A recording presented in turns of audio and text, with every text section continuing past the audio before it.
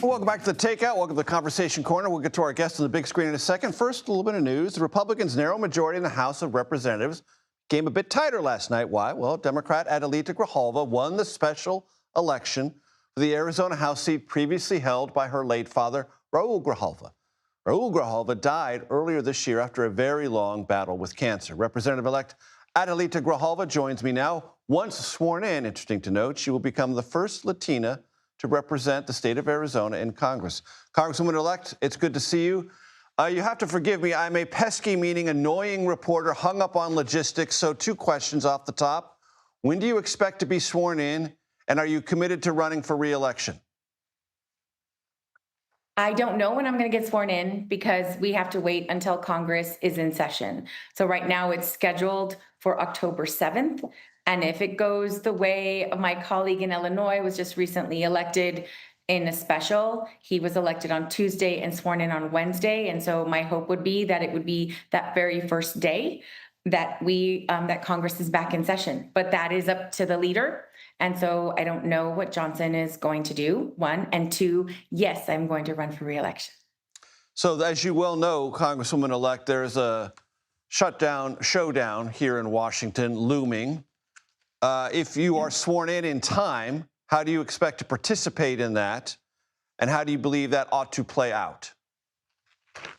Well, I don't know that I will be, because unless Johnson calls for votes on the 29th or 30th, then there will be a shutdown that, October 1, and we won't be in session again until October 7th. So I don't know, other than the Democrats being present, and Leader Jeffries has called Democrats to Washington on the 29th to be ready to work and to show our commitment to coming up with a solution that does not involve a shutdown. It's basically in Leader Johnson's hands at this point. Would you come to Washington on the 29th of September to offer moral support? Yes, I would. Very good. I want to ask you. So it's been my understanding that you would sign the discharge petition pending to release the Epstein files. That's sponsored by Thomas Massie, Republican of Kentucky, and other members of the House caucus on both sides, Republican and Democrat. I want to play for you something that Jamie Comer, who's the chairman of the House Oversight Committee, told me recently in an interview about that discharge petition and the work his committee is doing. Please listen. That's the thing that's frustrating about this whole Epstein. Everybody would need to do the Massie discharge petition. The Oversight Committee is way ahead of what the Massie discharge petition. The Massie discharge petition doesn't say anything about subpoenaing the estate. We subpoenaed the estate. That's where you got all that trove of information last week that included the birthday card and all the other stuff that people made.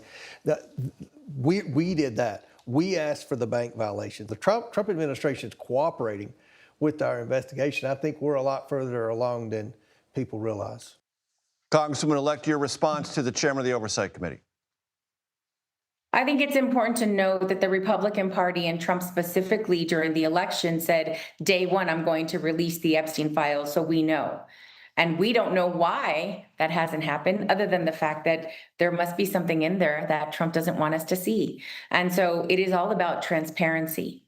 And when we, as a Congress, push for a vote that Johnson doesn't want us to take, I think that it's important to note, you have to wonder why. And so respectfully, we don't know what's being held back. And the victims in this case deserve their day of justice. And those that are implicated deserve to have consequences, legal consequences for their conduct. This is really about making sure that the victims of these sexual assaults have a voice and are heard. Immigration matters a great deal to your state and very much to your district that you are about to represent in Congress. We opened the show with yet another violent attack at an ICE facility, this time in Dallas. When your constituents ask you about immigration and threats to ICE personnel, what position will you take? What actions will you take in Congress to protect those enforcing federal immigration laws? Well, it's not just about those who are enforcing immigration law. I literally see ICE agents masked completely without any detail, just wearing black, combat clothing in an unmarked vehicle, walking up to people and taking them and forcing them into their cars. It looks like a kidnapping, and we don't know if it is or isn't. And so you have reactions from people because we have ICE agents that are not introducing themselves, not talking about who they are and what they're looking for, and using really deceptive means in order to get into people's homes and trying to round up people that have not committed a crime. And so we have people that are defending other community members because they think they're legitimately being kidnapped. So I think that there has to be rules that are followed.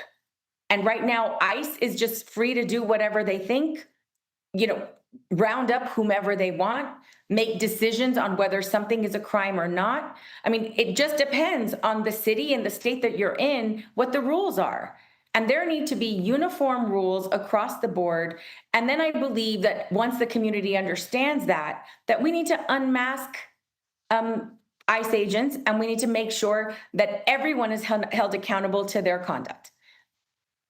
Congresswoman-elect, I want to be sure I understand you. Are you saying the tactics you just described are bringing on the violence against ICE facilities? It is bringing on the defensive nature of communities to want to take care of each other.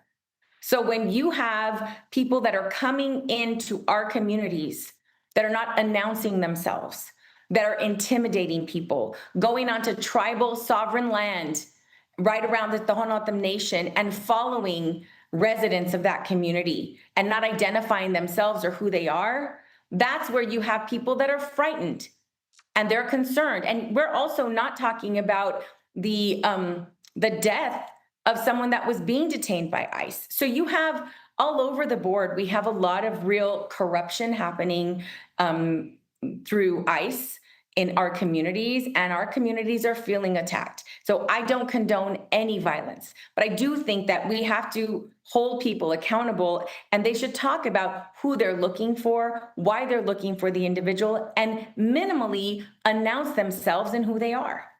Representative-elect Adelita Grijalva, thank you for your time. I appreciate it.